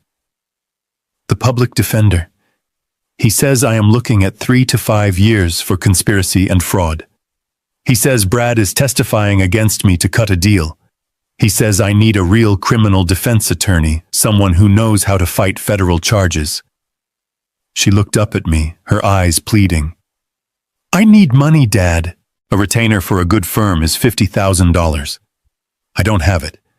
If you help me, I can fight this. I can stay out of prison." I looked at her truly. Looked at her, even now, at rock bottom, her first instinct was to ask for a check. She still believed that money was the solution to every problem, that my role in her life was simply to provide it. "I am not giving you $50,000, Tiffany," I said. "Please," she begged, standing up and reaching for me. "I am your daughter. You can't let me go to prison. I will pay you back. I swear." "You will never be able to pay me back," I said, my voice flat. "Not for the money, and certainly not for the betrayal." I reached into my jacket pocket. I didn't pull out a checkbook. I pulled out a single sheet of paper folded in thirds. I handed it to her. She unfolded it, her hands trembling. She scanned the list, confusion spreading across her face. "What is this?" she asked. "It is a list of job openings," I said. I spent the morning compiling it. There is a diner 3 blocks from here looking for a dishwasher. The grocery store on the corner needs stock clerks for the night shift. There is a cleaning service hiring maids for minimum wage. She stared at the paper as if it were written in an alien language. You want me to be a maid?" "I want you to work, Tiffany," I said. "For the first time in your life, I want you to trade your labor for money. I want you to understand what a dollar actually costs." "Dad." "I can't do this," she cried, dropping the paper on the bed. "I am a real estate agent. I have a degree." "You are a felon in waiting with a revoked license and a ruined reputation," I corrected her. "You are not too good for these jobs. In fact, right now you are barely qualified for them." She sat back down, burying her face in her hands. "Why are you doing this?" "Why do you hate me?" "I don't hate you," I said. "If I hated you, I wouldn't be here. I am doing this because it is the only way you survive. You have spent 42 years thinking you were entitled to the world. You thought you could steal what you didn't earn. The only way you salvage a single shred of human dignity is by standing on your own 2 feet, scrubbing floors if you have to, and realizing that you are not special." I walked to the door. "Start with the diner," I suggested. "They pay in cash tips. It will help you buy groceries." I walked out into the rain, leaving her staring at the list. I didn't know if she would take the advice. I didn't know if she was capable of humility. But I had given her the only tool that could actually save her. I had given her reality. The final act of dismantling their conspiracy took place a week later. The legal holds on the Hamptons estate were cleared. Shadow Creek Capital, facing scrutiny from the FBI for their predatory lending practices and lack of due diligence regarding the forged signatures, agreed to a settlement. They released the lien on the property to avoid a federal investigation into their operations. The house was mine to sell. I didn't put it on the open market. I didn't want to drag out the process with stagings and open houses. I called a liquidator and sold it to a developer for a cash offer. It was under market value, but I didn't care about the profit margin. I cared about the excision. After the legitimate mortgage was paid off and the closing costs were settled, there was a surplus of $1.2 million. It was a significant sum money that Tiffany had killed her relationship with me to access. I stood in the foyer of the empty house one last time. The furniture was gone. The echoes of their lavish, unearned lifestyle had faded. It was just wood and plaster now. It wasn't a dream home. It was just a building. I looked out the window at the manicured lawn, where they had planned to host parties for people who didn't care about them. I thought about the bridge I had built in Chicago, how every beam had a purpose, how every rivet was essential. This house had no purpose. It was a monument to vanity. I took the check from my pocket. It was made out to the Catherine Caldwell Engineering Scholarship Fund. Every cent of the proceeds would go to help young women who wanted to build things, who wanted to create value rather than extract it. Catherine would have loved that. It was the only way to purify the money, to wash the stain of fraud from the asset. I walked out the front door and locked it. I dropped the keys into the lockbox for the developer. I didn't look back as I walked to my car. I waited for the wave of sadness to hit me, the grief for the family I had lost. But it didn't come. Instead, I felt a lightness in my chest. I felt the clean, cold air of the ocean filling my lungs. I was 75 years old. I was alone. But I was free. I had faced the worst betrayal imaginable, and I had not just survived it. I had engineered a solution. I started the engine of my Jaguar. The hum of the motor was steady and strong. I put the car in gear and drove away from the Hamptons, heading back toward the city, toward my work, toward a life that was finally completely honest. 2 days after the sale of the Hamptons house was finalized, I boarded a plane to Boston. I didn't take a private jet. I flew commercial economy class. It was a small personal test to see if I could exist in the world without the armor of luxury I had worn for so long. I found that I didn't mind the cramped legroom. It felt real. It felt like the world I had come from before I built my fortune. I went straight to a small, cluttered coffee shop near the MIT campus.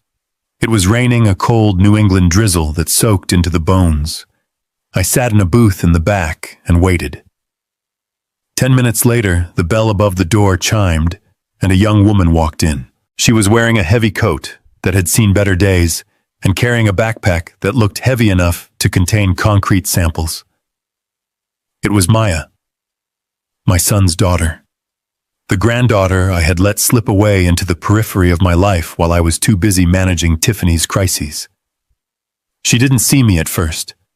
She went behind the counter, tied on an apron, and started her shift.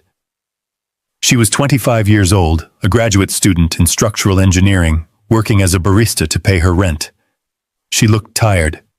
Her eyes had dark circles underneath them, but her hands moved with efficient, practiced grace as she made cappuccinos and wiped down tables. She wasn't complaining. She wasn't asking for a bailout. She was working. I waited until there was a lull in the line before I approached the counter. I ordered a black coffee. When she looked up to take the money, she froze. Her eyes, which were the same shape as my late wife's, widened in surprise. "Grandpa Harrison," she asked, wiping her hands on her apron. "Hello, Maya," I said. "I hope I am not interrupting your shift." "No, not at all," she stammered. I didn't know you were coming." "Is everything okay? Is Tiffany okay?" I looked at her. Her first instinct was to ask about the family, to ask if we were all right, despite the fact that we had ignored her for years. "Tiffany is finding her own way," I said carefully. "I came to see you." She took her break early. We sat at a small table by the window.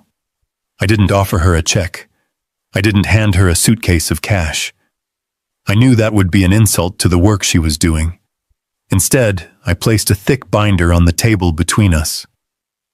"What is this?" she asked. "I established a foundation in your grandmother's name," I explained. "The Catherine Caldwell Engineering Scholarship Fund. It is fully endowed with the proceeds from a property sale and a significant portion of my estate. It is designed to help young women who want to build things, but don't have the means to do so." Maya touched the binder cover gently. "That sounds amazing, Grandpa. Grandma would have loved that." "But why are you showing me? Because I am too old to run it," I said. "And I don't trust anyone else to understand the vision. I need a trustee. I need someone to review the applications, to manage the grants, to ensure the money goes to builders, not talkers." I opened the binder to the page outlining the trustee's compensation. It was a fair salary, enough to allow her to quit the coffee shop and focus on her studies and the foundation, but not enough to buy Ferraris. It was a job, not a lottery win. "I am offering you a job, Maya," I said. "It will be hard work. You will have to make difficult decisions. You will have to say no to people, but you will be building something that lasts." She read the document. She looked at me, tears welling in her eyes. "I don't know what to say." "Say yes," I said. "Say you will help me honor your grandmother." She nodded, reaching across the table to take my hand. Her grip was strong. It was the grip of an engineer. "Yes," she said. "I will do it." I left Boston that evening feeling lighter than I had in 20 years. I hadn't just given away money. I had invested it. I had placed my legacy in hands that knew the value of labor. A year passed. I turned 76. My life in New York City settled into a new rhythm, one that was quieter, but infinitely more satisfying. I didn't spend my days worrying about stock markets or responding to emergency texts from family members needing bail money. I went back to work, but not for profit. I volunteered as a senior consultant for Habitat for Humanity and other urban renewal nonprofits. I spent my mornings on construction sites in the Bronx and Queens, wearing a hard hat and reviewing blueprints with project managers who were young enough to be my grandchildren. They didn't care about my bank account. They cared that I knew how to calculate load distribution on a retrofitted beam. They respected me for what I knew, not what I owned. In the afternoons, I walked to Washington Square Park. I joined the chess club that gathered near the stone tables. My opponents were retired teachers, taxi drivers, and street hustlers. We played for pride, sometimes for a few dollars. There was a man named Saul, a former history professor, who beat me 3 times out of 5. We talked about politics, about history, about the architecture of the city. He didn't know I was a millionaire. To him, I was just Harrison, the guy who played a solid Sicilian defense but was weak against knights. It was a simple life. It was an honest life. It was the life I should have been living all along. One rainy afternoon in November, the mail arrived. Among the utility bills and the architectural journals, there were 2 envelopes that stood out. One was a plain white envelope with a prison stamp on the corner. The other was a cheap store-bought postcard with a picture of a generic sunset. I sat in my library, the same room where I had once decided to destroy my family, to save myself, and I opened them. The letter was from Brad. He was 2 years into his 12-year sentence. The handwriting was jagged, angry. He didn't apologize. He didn't ask for forgiveness. He blamed me. He wrote about how unfair the judge was, how the system was rigged, how I had set him up. He wrote that he spent every day thinking about how I had ruined his life. He claimed he was a victim of my ego. I put the letter down. He hadn't changed. Prison hadn't humbled him. It had only calcified his narcissism. He would spend the next decade rotting in his own resentment, never understanding that he held the key to his own cell in the form of accountability. I picked up the postcard. It was from Tiffany. She was living in a small town in Ohio now, working as a cashier at a discount grocery store. She wrote that her feet hurt. She wrote that the customers were rude. She wrote that she missed her old life. "I hope you are happy, Dad," she scrawled at the bottom.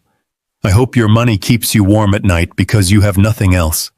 You chose your wallet over your daughter. I will never forgive you." I looked at the words. They were meant to hurt. They were meant to dig into the old wounds of guilt and regret. But as I read them, I realized the skin had healed over. The words just slid off. She was working. She was standing on her feet. She was earning a wage. She hated it. She hated me, but she was surviving. And in a strange, twisted way, that was the greatest gift I could have given her. I had forced her to become real. Whether she forgave me or not was irrelevant. I had saved her from a life of parasitic delusion. I stood up and walked to the fireplace. The embers were glowing red. I didn't keep the letters. I didn't file them away as evidence. I tossed Brad's rant and Tiffany's bitter postcard onto the coals. I watched the paper curl and blacken. I watched the ink vanish in a burst of yellow flame. I watched the last physical tethers to my toxic past turn into ash and float up the chimney, disappearing into the cold city air. I turned away from the fire. I caught my reflection in the mirror above the mantel. I saw a man who had aged, yes. The lines were deeper. The hair was whiter. But the eyes were clear. The slump in the shoulders was gone. People say that blood is thicker than water. They say that family is everything. But I have learned that is a dangerous lie. Blood can be poisoned. Family can be the anchor that drowns you. I had lost a family, yes. I had lost the illusion of the perfect daughter and the successful son-in-law. But I had found something far more valuable. I had found myself. I had found the Harrison Caldwell who built bridges. I had found the man who valued truth over comfort. I had found that solitude in honor is infinitely better than company in lies. I wasn't lonely. I was free. I checked my watch. It was 6:00 p.m. I had a reservation at a small Italian restaurant in the village. I adjusted my tie, a silk one with a subtle pattern, and smoothed my jacket. I wasn't eating alone tonight. I was meeting Elena. She was a retired architect I had met at the housing project in the Bronx. She was 72 with silver hair cut short and a laugh that sounded like jazz music. She challenged my ideas on urban planning. She drank her coffee black. She didn't need my money. She had her own pension and her own life. She liked me because I made her laugh and because I listened when she spoke. I walked out of the brownstone and locked the door behind me. The air was crisp, smelling of rain and autumn leaves. I walked down the steps and onto the sidewalk, my stride long and purposeful. I didn't look back at the empty house. I looked forward down the street toward the subway station, toward the restaurant, toward the future. My lawyer had told me to call him immediately. He had told me the terrible truth about my daughter. It had been the worst day of my life. But as I merged into the stream of New Yorkers, just another face in the crowd, I realized that terrible truth had set me free. The demolition was complete. The site was cleared. And now, at 76 years old, I was finally ready to build something new. 3 years later, the invitations for the inaugural gala of the Catherine Caldwell Engineering Scholarship Fund were printed on heavy cream-colored cardstock with embossed navy lettering. I held one in my hands, sitting in the office of the foundation's headquarters, a renovated loft space in the Brooklyn Navy Yard. The space smelled of sawdust and coffee, the scent of construction, the scent of progress. I was 79 years old. My hair was completely white now, and I used a cane on damp days not out of necessity, but as a precaution for a knee that had climbed too many scaffolding ladders in its time. Across the room, Maya was on the phone directing a contractor about the lighting installation for the event. She had graduated with honors, earned her master's, and was now running the foundation with a terrifying efficiency that reminded me so much of myself at her age, minus the ego. We had given away $3 million in grants over the last 36 months. We had put 12 young women through engineering programs. We had funded the rehabilitation of a community center in the Bronx and a sustainable water project in upstate New York. The money that Tiffany and Brad had tried to steal to buy sports cars and status was now building literal bridges. "Grandpa," Maya said, hanging up the phone and turning to me. "The guest list is finalized. The mayor is coming. The dean of MIT is coming. It's going to be a full house." "Good," I said, placing the invitation on her desk. "You did this, Maya. All of it." "We did it," she corrected me, smiling. "But there is one name on the wait list I need to ask you about." She hesitated, her expression tightening. "A woman called the RSVP line 3 times yesterday. She didn't leave a name, but the caller ID was from a prepaid burner phone. She asked if the event was open to the public. She asked if Harrison Caldwell would be there." I felt a familiar coldness settle in my chest. It had been 3 years of silence. 3 years of peace. But I knew that voice. I knew that desperation. "It's her, isn't it?" Maya asked softly. "Probably," I admitted. "Brad is still in prison. His first parole hearing isn't for another 18 months. Tiffany is alone. She is likely realizing that the 3-year mark is approaching." "What happens at the 3-year mark?" "Nothing legal," I said. "But psychologically, it's a breaking point. It's the moment you realize that the temporary punishment is actually a permanent reality. She probably thinks enough time has passed. She thinks the no contest clause has an expiration date on my anger." "Do we need extra security?" Maya asked, her pragmatic engineer's brain taking over. "We always have security," I said. "But yes, give the team a heads up. If she shows up, she doesn't get past the door. I don't want a scene. This night is about Catherine, not Tiffany." The night of the gala was crisp and clear. The Brooklyn skyline glittered across the East River. The venue was filled with the hum of conversation, the clinking of glasses, and the energy of people who were there to build, not destroy. I wore my tuxedo, the same one I had worn 30 years ago, which fit better now than it had then. Elena was by my side, looking stunning in a silver gown, her sharp wit charming a senator from New Jersey. I stood near the entrance, greeting guests, feeling a sense of fulfillment I had never experienced during my years of chasing profit. This was legacy. This was real. Then I saw the commotion near the velvet ropes outside. The security team, 2 large men in dark suits, had stepped in front of a woman. She wasn't wearing a gown. She was wearing a trench coat that was too thin for the weather, buttoned up to her chin. Her hair was pulled back severely. She was arguing, gesturing frantically toward the glass doors where I stood. I excused myself from the senator and walked toward the entrance. Maya saw me and started to follow, but I signaled for her to stay back. This was my demolition site to clear. I pushed open the glass doors and stepped out into the cool night air. The noise of the city rushed in. "I am his daughter," the woman was screaming. "You can't keep me out. I just want to wish him congratulations. I have rights." "Tiffany," I said. She froze. She turned to look at me. The years had not been kind. The stress of poverty, of standing on her feet all day, of living in a world that didn't care about her last name, was etched into the lines around her mouth and eyes. She looked older than 45. She looked worn. "Dad?" She breathed, her voice cracking. She took a step forward, but the security guard put out a hand to stop her. "Let her speak some," I told the guard. "But don't let her pass the rope." Tiffany looked at me, her eyes darting over my tuxedo, the warmth of the party behind me, the life she had been exiled from. "I saw the article in the Times," she said, clutching a crumpled newspaper clipping in her hand.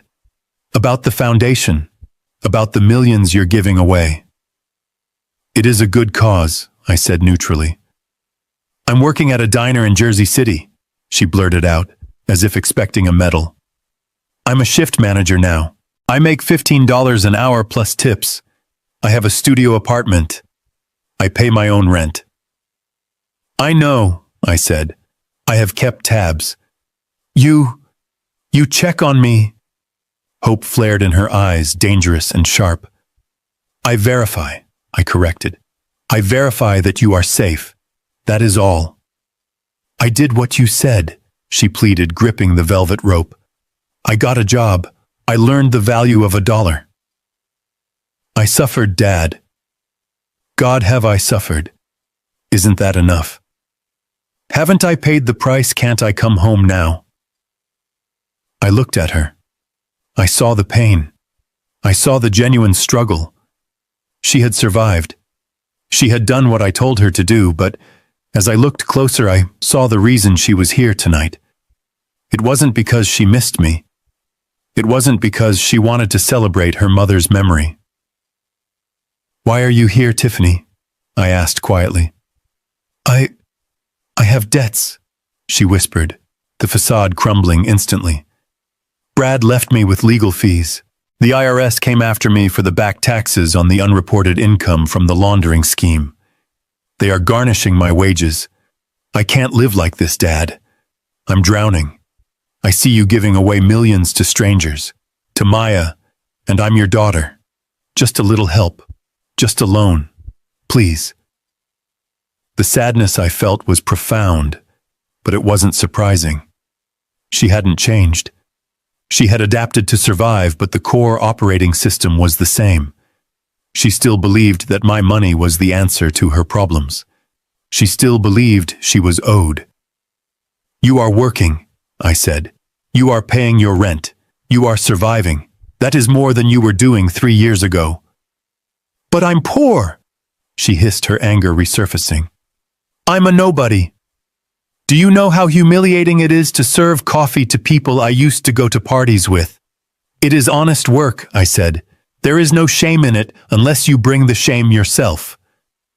"I am suing," she spat out, desperation turning to threats. I spoke to a lawyer. He says the no contest clause might be challengeable if I can prove undue influence from Maya. He says I can tie this foundation up in court for years. I sighed. It was the threat I had been waiting for, the final test. "Tiffany," I said, stepping closer to the rope so only she could hear me. "If you sue, you will lose. The documentation of your fraud, your conspiracy with Brad, the audio recordings of you sanctioning my murder, they are all part of the permanent record of the trust. If you file a lawsuit, those records become public evidence in the civil trial. Right now, your criminal record is sealed as part of your plea deal. If you attack the will, everything opens up. The world will know you didn't just steal. You agreed to kill." Her face went white. She hadn't thought of that. She had forgotten that I held the ultimate trump card. "Furthermore," I continued, "the no contest clause is ironclad. But more importantly, I have instructed the Foundation's legal team to countersue for the legal fees. You will not only lose, you will be bankrupt for the rest of your life. You have a job now. You have a life. It is small, but it is yours. Do not throw it away on a gamble you cannot win." She stared at me, trembling. She realized finally and completely that the door was not just locked. It was bricked over. "You really don't love me," she whispered, a tear sliding down her cheek. "I loved you enough to stop you from becoming a monster," I said. "And I love you enough to tell you the truth now. Go home, Tiffany. Go back to your life. It is the only one you have." She stood there for a long moment, shivering in the cold. Then slowly she turned around. She didn't scream. She didn't fight. She simply buttoned her coat tighter, lowered her head against the wind, and walked away into the darkness of the parking lot. I watched her go until she was just a shadow. It was the hardest thing I had ever done, sending my child away into the cold. But I knew that if I opened that rope, if I wrote that check, I would be destroying her all over again. I would be resetting the clock on her addiction to entitlement. I turned back to the gala. Maya was waiting for me by the door, concern etched on her face. "Is she gone?" Maya asked. "Yes," I said. She is gone. Are you okay? I straightened my cufflinks. I looked at the room full of people who were celebrating. Catherine celebrating the future, celebrating the act of building. I am fine, I said. In fact, I have never been better. I took Maya's arm. Come on. The mayor is waiting, and I want to introduce you to the head of the Port Authority. He has a project in Queens that needs a structural engineer with a vision. We walked back into the light. The music swelled. The laughter rose. I was Harrison Caldwell. I was 79 years old. I had built bridges of steel and concrete, and I had burned bridges of toxicity and greed. And as I looked at my granddaughter, the true heir to my spirit, I knew that the foundation I had laid would stand long after I was gone. The inspection was complete.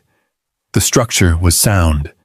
The legacy was safe. Looking back on everything that happened, I don't tell this family story with pride. I tell it with honesty. I was a father who believed that love meant giving without limits. I thought protecting my child meant fixing every mistake for her. I was wrong. Don't be like me. Don't confuse love with surrender, and don't mistake silence for peace. This family story taught me that boundaries are not cruelty, they are responsibility. If there is one lesson I can pass on, it's this: never ignore the quiet warnings in your heart. I ignored mine for years. I trusted blindly. I excused behavior I should have confronted, and when the truth finally came, it nearly destroyed me. But God gave me clarity when I had nothing left. God reminded me that dignity matters more than comfort. And God showed me that justice doesn't always roar. Sometimes it arrives quietly, exactly when you are ready to stand. This wasn't just dad revenge. It wasn't anger or hatred. This dad revenge was about choosing truth over blood and integrity over fear. Real justice isn't about punishment. It's about ending the cycle so it doesn't poison the next generation. That's the real ending of this family story. If you take anything from this, let it be this advice: protect your name, protect your mind, and protect your soul. Even when it means standing alone, even when it means walking away from the people you love most. Because without boundaries, love turns into destruction. That is the hardest lesson this dad revenge ever taught me. If this story resonated with you, I invite you to leave a comment and share where you're watching from. If you know someone who might need to hear this, please share it with them. And if you believe stories like this matter, consider subscribing to the channel. It truly helps more than you know. Thank you sincerely for staying with me until the very end. And before you go, a gentle note: upcoming stories may include dramatized elements created for educational and storytelling purposes. Any resemblance to real people or events is coincidental. If this type of content isn't for you, feel free to choose another video that better fits your interest.